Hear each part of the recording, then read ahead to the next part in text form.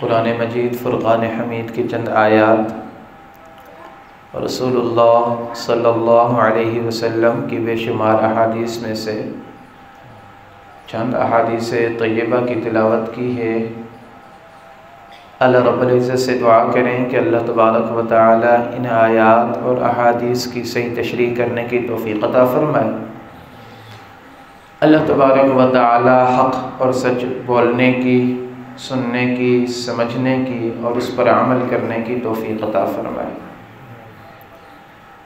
آپ حضرات کے سامنے 14ویں سپارے کی آیت پڑھیں، نبی عبادی۔ اللہ تبارک و تعالی جناب رسول اللہ صلی اللہ علیہ وسلم کو مخاطب کر کے فرما رہے ہیں کہ اے میرے محبوب، آپ میرے بندوں کو بتا دیجئے انی انا الغفور الرحیم، کہ بے شک میں معاف کرنے والا اور رحم کرنے والا ہوں۔ اور اگلی آیت وَأَنَّ عَذَابِي هُوَ الْعَذَابُ الْأَلِيمُ، اور یہ بھی بتا دیجئے کہ جو میرا عذاب ہے وہ بڑا دردناک عذاب ہے۔ جناب رسول اللہ صلی اللہ علیہ وسلم کی حدیث باب کا مفہوم ہے کہ اللہ رب العزت نے جب کائنات کو بنایا، کائنات کو بنا کر ایک تختی کے اوپر اللہ نے اپنی طرف سے ایک قاعدہ لکھا، ایک ضابطہ اور ایک اصول بنایا اللہ تعالیٰ نے، اور وہ لکھ کر اللہ تعالیٰ نے سامنے لوح محفوظ پر رکھ دیا اور اپنے عرش کے سامنے اس کو لٹکا دیا۔ جب رسول اللہ صلی اللہ علیہ وسلم معراج کی رات تشریف لے گئے تو آپ نے وہ ضابطہ پڑھا۔ وہ ضابطہ کیا تھا؟ اللہ تعالیٰ کی طرف سے مخلوق کے اندر یہ اعلان تھا کہ رحمتی غلبت غضبی، کہ میری رحمت میرے غصے سے زیادہ ہے۔ میری رحمت کے جو طلبگار ہوں گے، جو میری رحمت کے اوپر بھروسہ کرتے ہیں، ان کو میرے غضب سے ڈرنے کی ضرورت نہیں ہے۔ اور اللہ تبارک و تعالیٰ کی رحمت، شفقت، نرمی، محبت کتنی ہے۔ حدیث پاک کا مفہوم ہے، جناب رسول اللہ صلی اللہ علیہ وسلم نے ارشاد فرمایا، جس کا مفہوم ہے کہ اللہ تبارک و تعالیٰ کی رحمت کے اگر 100 حصے کیے جائیں،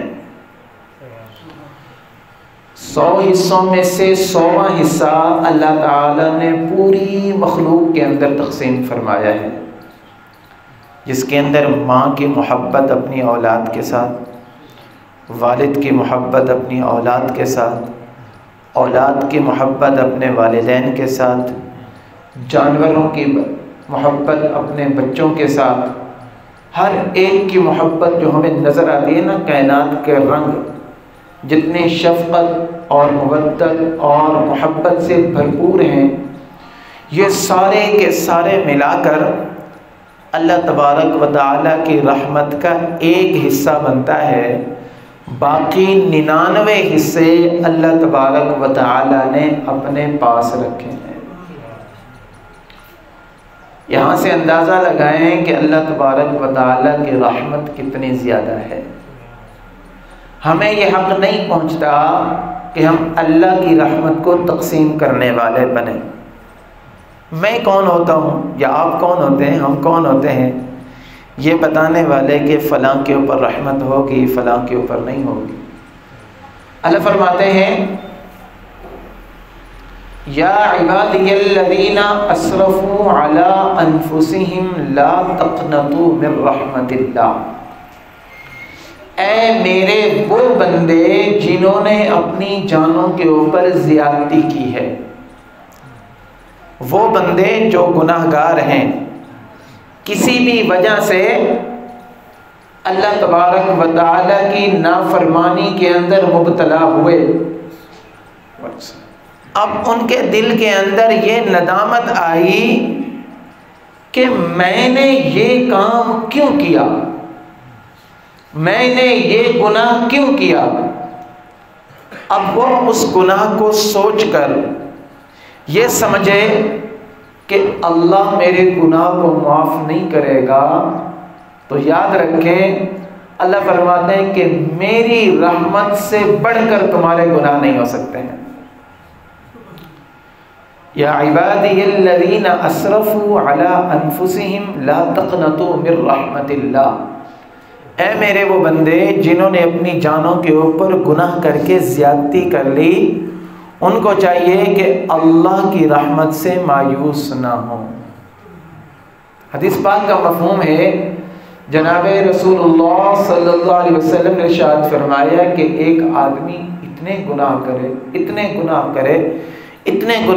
کہ زمین اور آسمان کے درمیان کا جو خلا ہے نا، اس کو وہ پر کر دے، حالانکہ نہیں کر سکتا لیکن کر دے پر، اور پھر گھبرا جائے، گناہ در گناہ نہ کرتا جائے، پھر گھبرا جائے کہ یہ میں نے کیا کر لیا، اور پھر آ کر اللہ کے حضور توبہ کر لے۔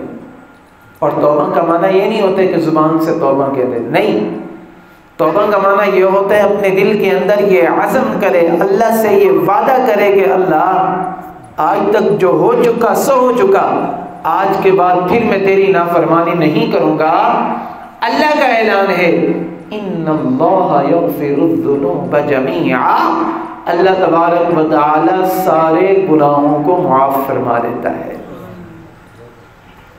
ہم اللہ سے مانگنے والے بنے، اللہ کے حضور توبہ کرنے والے بنے، اس لیے اللہ نے فرمایا نبی عبادی انی انا الغفور الرحیم، میرے محبوب میرے بندوں کو یہ بتلا دو، سکھا دو کہ میں معاف کرنے والا ہوں، رحم کرنے والا ہوں۔ معافی اور رحمت اس کو ملے گی جو طلبگار ہوگا، جو مانگنے کے لیے آئے گا۔ کتنے گناہوں کو اللہ معاف کرتا ہے؟ تو میں نے پہلے عرض کر دی کہ زمین اور آسمان کے درمیان کا خلا بھی اگر بندہ بھر دے تو اللہ کی رحمت سے مایوس نہ ہو، لیکن اللہ سے مانگنے والے بنے، اللہ کی طرف رجوع کرنے والے بنے۔ اور گناہ کی حد کیا ہوتی ہے؟ حدیث پاک کے اندر آتا ہے کہ آدمی جب گناہ کرتا ہے، ایک گناہ کرتا ہے تو اس کے دل کے اوپر سیاہ نقطہ لگ جاتا ہے، اگر اس کے بعد وہ توبہ کر لیتا ہے تو وہ نقطہ ختم ہو جاتا ہے، اس کا دل صاف ہو جاتا ہے۔ لیکن اگر وہ توبہ نہیں کرتا، اس گناہ کے بعد دوسرا گناہ کرتا ہے تو اس کے دل کے اوپر دوسرا نقطہ لگ جاتا ہے، پھر تیسرا گناہ کرتا ہے، تیسرا نقطہ لگ جاتا ہے، یہاں تک کہ گناہ کرتے کرتے ایک اسٹیج پر پہنچ جاتا ہے، ایک ایسے مقام پر پہنچ جاتا ہے کہ اس کا دل بالکل سیاہ ہو جاتا ہے۔ دل کے سیاہ ہونے کا کیا مقصد ہے کہ آپریشن کر کے دیکھا جائے دل تو سرخ ہوتا ہے، خون بھی سرخ ہوتا ہے، سیاہ ہونے کا کیا مقصد ہے؟ سیاہ ہونے کا یہ مقصد نہیں ہے کہ کولے کی طرح کالا ہو جاتا ہے، نہیں، سیاہ کا مقصد اللہ کے محبوب نے فرمایا کہ اس کا دل اس طرح سیاہ ہو جاتا ہے کہ اس کو نیکی اور برائی کے درمیان کوئی فرق نظر نہیں آتا۔ آدمی کے ایمان کی نشانیوں میں سے بتایا گیا، حدیث پاک کے اندر آتا ہے کہ مسلمان کے ایمان کی نشانیوں میں سے یہ نشانی ہے کہ نیکی کر کے اس کو راحت ملے، نیکی کر کے اس کو سکون ملے اور خوشی ملے، اور گناہ کر کے اس کی طبیعت کے اندر سکون نہ ہو، بے سکونی پیدا ہو جائے، تو سمجھو اس کے اندر ایمان موجود ہے، اس کے اندر ایمان موجود ہے۔ تو گناہ کا ہو جانا یہ بری بات نہیں ہے، لیکن گناہ کر کے اس کے اوپر ڈٹ جانا، توبہ نہ کرنا، اللہ کی طرف رجوع نہ کرنا، یہ بری بات ہے۔ حدیث پاک کے اندر آتا ہے، جناب رسول اللہ صلی اللہ علیہ وسلم نے ارشاد فرمایا کلکم خطاؤن، او کما قال، کہ سارے کے سارے تم میں سے نا جتنے بنی آدم ہیں نا، سارے کے سارے گناہ گار ہیں، سارے کے سارے گناہ گار ہیں۔ وخیر الخطائین التوابون، رسول اللہ نے فرمایا کہ بہترین گناہ گار وہ ہے جس کو گناہ کے بعد ندامت ہو اور وہ توبہ کرنے کے لیے آ جائے۔ توبہ گناہوں کا ایسا تریاق ہے، گناہوں کا ایسا علاج ہے کہ بسا اوقات ایسی توبہ انسان کرتا ہے کہ جب یہ گناہ گار آدمی، نافرمان آدمی مرنے کے بعد اللہ کے سامنے پیش ہوگا، اللہ تبارک و تعالی اس کے سامنے وہ پہاڑ لائیں گے بڑے بڑے، میرے بندے یہ تیری نیکیوں کے پہاڑ ہیں۔ بندہ عرض کرے گا یا اللہ میں تو گناہ گار تھا، میں نے تو کوئی نیکی کا کام کیا نہیں تھا، یہ میرے پہاڑ کہاں سے آ گئے؟ تو اللہ تعالیٰ فرمائیں گے کہ میرا بندہ تو نے سچی توبہ کر لی تھی، تو نے سچی توبہ کر لی تھی، میری طرف رجوع کر لی تھی، اور میرا ضابطہ ہے کہ جو سچی توبہ کرتا ہے اس کے گناہوں کو میں نیکیوں کے ساتھ بدل دیتا ہوں۔ قرآن کی آیت ہے فَأُولَئِكَ يُبَدِّلُ اللَّهُ سَيِّئَاتِهِمْ حَسَنَاتٍ، یہ ایسے لوگ ہیں کہ جن کی برائیوں کو اللہ تبارک و تعالی نیکیوں سے بدل دیتے ہیں۔ جناب رسول اللہ صلی اللہ علیہ وسلم کثرت سے استغفار کیا کرتے تھے، دن کے اندر کئی مرتبہ استغفار کیا کرتے تھے۔ ہم اپنی زندگی کے اندر دیکھیں کہ ہم کتنی توبہ کرتے ہیں، اور توبہ کا ضابطہ طریقہ علماء کرام نے یہی فرمایا ہے کہ کبھی کبھی انسان کے دل کو، انسان کو اللہ توفیق عطا فرما دیتا ہے کہ وہ گناہوں سے تنگ ہو جاتا ہے، اور اس کا دل کرتا ہے کہ آج میں توبہ کر لوں۔ جب تمہارے اوپر ایسی گھڑی آئے اس وقت وضو کرو، 2 رکعت صلاۃ التوبہ پڑھو، اور اس کے بعد اللہ کے حضور معافی مانگو، اللہ تبارک و تعالی تمہارے سارے گناہوں کو معاف فرما دے گا۔ اور اپنی عبادت کر کے عبادت کے اوپر اترانا، غرور کرنا، فخر کرنا کہ میں نے بڑی عبادتیں کر لی، بڑی نفلیں پڑھ لی، بڑی نمازیں پڑھ لی، اس کے اوپر اترانا بھی نہیں چاہیے۔ حدیث پاک کے اندر آتا ہے جناب رسول اللہ صلی اللہ علیہ وسلم نے ارشاد فرمایا کہ تم میں سے کوئی آدمی بھی اپنے عمل کی وجہ سے جنت میں نہیں جائے گا، کوئی آدمی بھی اپنے عمل کی وجہ سے جنت میں نہیں جائے گا۔ جنت کے اندر لے کر جانے والے جو عمل ہیں وہ اللہ تبارک و تعالی کا فضل، اللہ تبارک و تعالی کی مہربانی ہے۔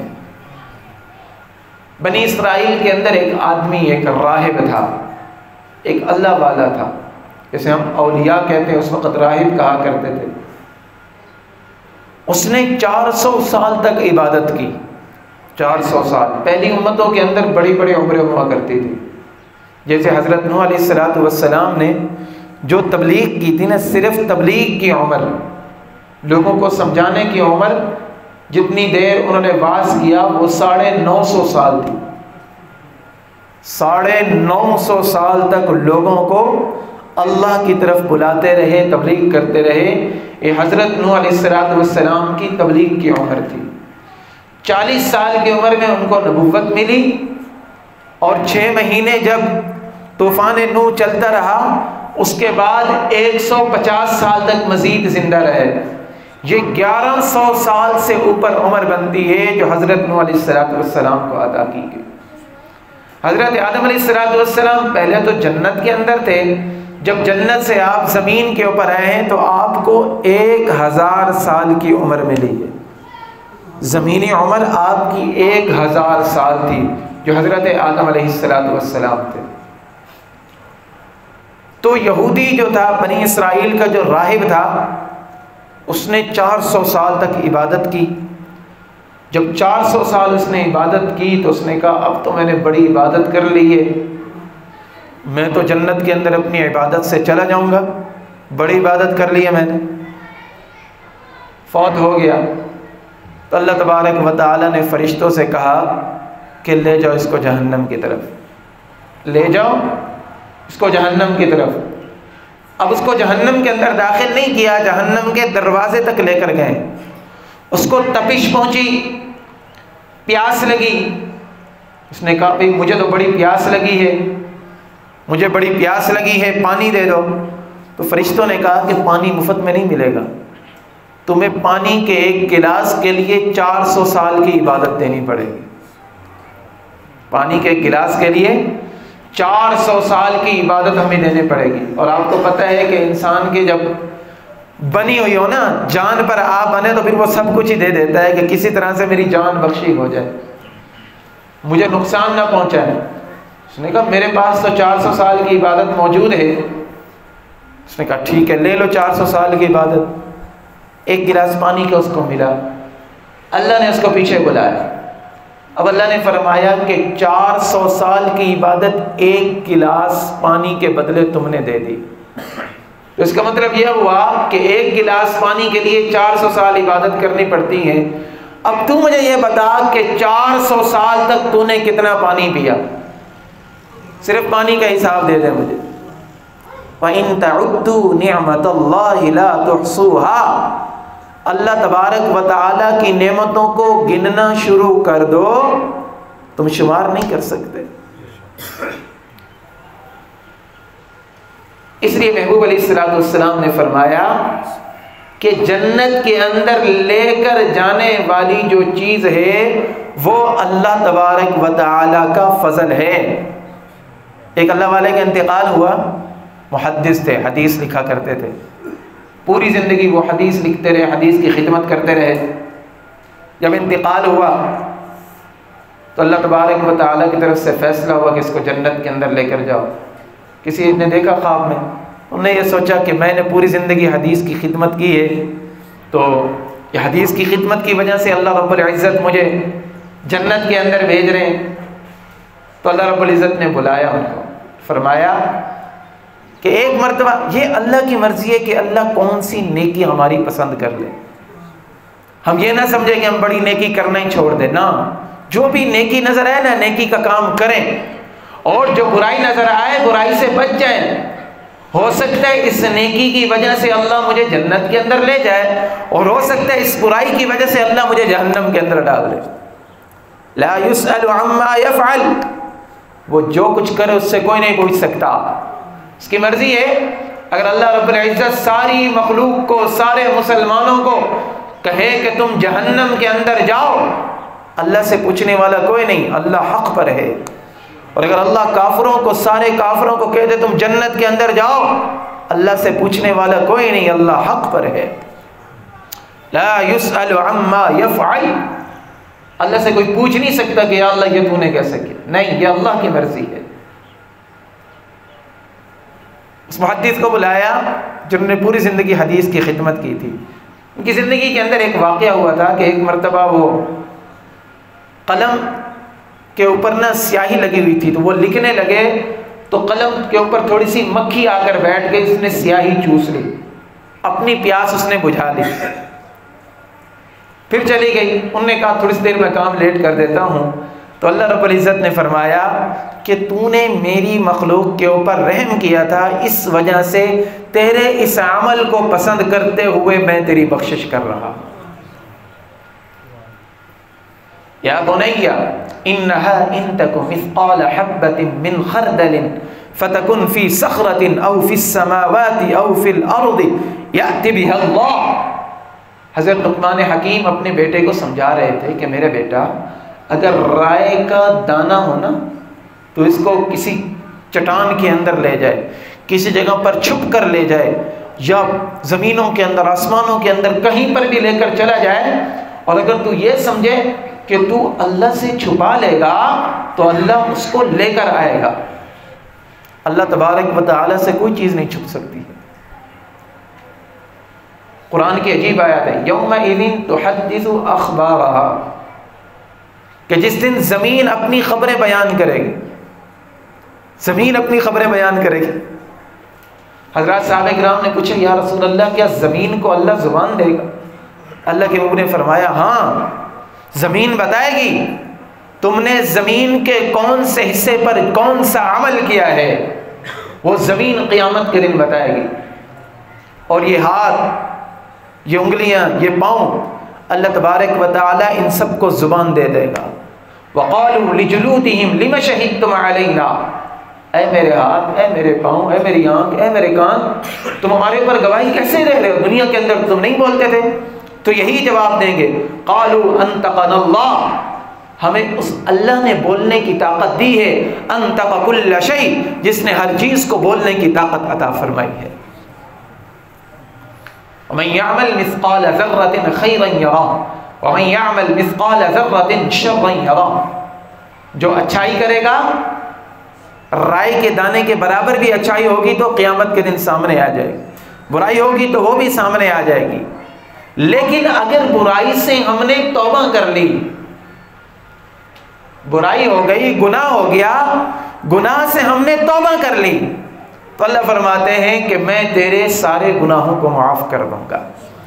ان اللہ یغفر الذنوب جمیعا، اللہ تبارک و تعالی سارے گناہوں کو معاف کرنے والا ہے. شرط کیا ہے کہ ہم معافی مانگنے والے بنیں. وَلَا تَرْكَنُوا إِلَى الَّذِينَ ظَلَمُوا فَتَمَسَّكُمُ النَّارُ. یہ دوسری آیت میں نے پڑھی خطبے کے اندر کہ تم اپنا جھکاؤ ظالم لوگوں کی طرف نہ کرو، تمہارا جھکاؤ ان لوگوں کی طرف نہ ہو جو اللہ اور اللہ کے رسول کے دشمن ہیں. اگر تم نے ایسا کیا تو تمہیں آگ چھوئے گی، تم تک آگ پہنچے گی. ایک حدیث کے اندر آتا ہے جناب رسول اللہ نے ارشاد فرمایا من تشبہ بقوم فہو منہم، جو دنیا کے اندر جس قوم کی مشابہت اختیار کرے گا وہ ان میں سے رہے گا. قیامت کے دن اللہ تبارک و تعالی ان کے ساتھ اس کو اٹھائے گا. المرء مع من احب، قیامت کے دن انسان اس کے ساتھ اٹھایا جائے گا جس کے ساتھ وہ دنیا کے اندر محبت رکھتا ہوگا. اور محبت کے لیے نعرے لگانے کی ضرورت نہیں ہے، اپنا کردار دکھانے کی ضرورت ہے، اپنے اعمال دکھانے کی ضرورت ہے. انسان کو جس کے ساتھ محبت ہوتی ہے اس کی ہر ادا اس کے جسم کے اوپر نظر آتی ہے. یہ ضابطہ ہے. دنیا کے اندر دیکھ لو کہ اگر میں کسی فلم ایکٹر کو پسند کرتا ہوں تو میں اس کی طرح بال رکھوں گا، اس کی طرح میں نے کپڑے پہننے. یہ ضابطہ ہے نا، بندوں کو پتہ چل جاتا ہے یار اس کا آئیڈیل فلاں سنگر ہے، فلاں سنگر کی طرح یہ گھوم رہے نا، لگتا ہے کہ اس کا آئیڈیل ہو، اس کو اس کے ساتھ محبت ہے. تو میرے عزیزوں، میرے دوستوں، میں نے اور آپ نے محبت کا دم بھرا ہے جناب رسول اللہ صلی اللہ علیہ وسلم کے ساتھ. اور مسلمان کا یہ دعویٰ ہے کہ میری جناب رسول اللہ صلی اللہ علیہ وسلم سے محبت ہے. اور یاد رکھو جب تک ہمارے پاس محبت رسول نہیں ہے ہمارا کوئی عمل بھی قابل قبول نہیں ہے. کیسے؟ نماز پڑھو گے طریقہ جناب رسول اللہ کا ہونا چاہیے، اور طریقہ ہم تب اپنائیں گے جب اللہ کے نبی کے ساتھ ہمیں محبت ہوگی. روزہ رکھو گے طریقہ حضرت محمد الرسول اللہ کا ہونا چاہیے. حج کرو، عمرہ کرو، زکوٰۃ دو، عشر نکالو. تم دنیا کے اندر جو بھی اعمال کر رہے ہو مسلمان ہونے کے بعد ان سب کے اندر طریقہ جناب محمد الرسول اللہ صلی اللہ علیہ وسلم کا ہونا چاہیے. اگر طریقہ ان کا ہے ہماری زندگی کے اندر تو اپنے دعوے کے اندر سچے ہیں، اگر طریقہ ہمارے اندر نہیں ہے تو ہم اپنے دعوے کے اندر جھوٹے ہیں. یہ ایک ضابطہ ہے، قاعدہ کلیہ بتا دیا گیا ہے. اس کے بعد ہر انسان خود اپنے آپ کو دیکھ لے، ہر انسان خود اپنے آپ کو دیکھ سکتا ہے کہ میں محبت رسول کے اندر کتنا آگے بڑھ چکا ہوں. آیا کہ میں حضور علیہ الصلوۃ والسلام کے بتائے ہوئے طریقوں کو زندگی کے اندر لے کر آ رہا ہوں یا نہیں لے کر آ رہا ہوں؟ اگر لے کر آ رہے ہیں تو ٹھیک ہے، اگر نہیں لے کر آ رہا تو پھر فکر کرنے کی ضرورت ہے کہ میں اپنی زندگی کے اندر وہ ساری ادائیں لے کر آؤں. کیوں؟ نقش قدم نبی کے ہیں، جنت کے راستے اللہ سے ملاتے ہیں سنت کے راستے. اللہ سے ملنے کا شوق ہے تو جو گلی گزرے گی نا، جو طریقہ، جو راستہ ہم نے اپنانا ہے وہ حضرت محمد الرسول اللہ صلی اللہ علیہ وسلم کا ہونا چاہیے.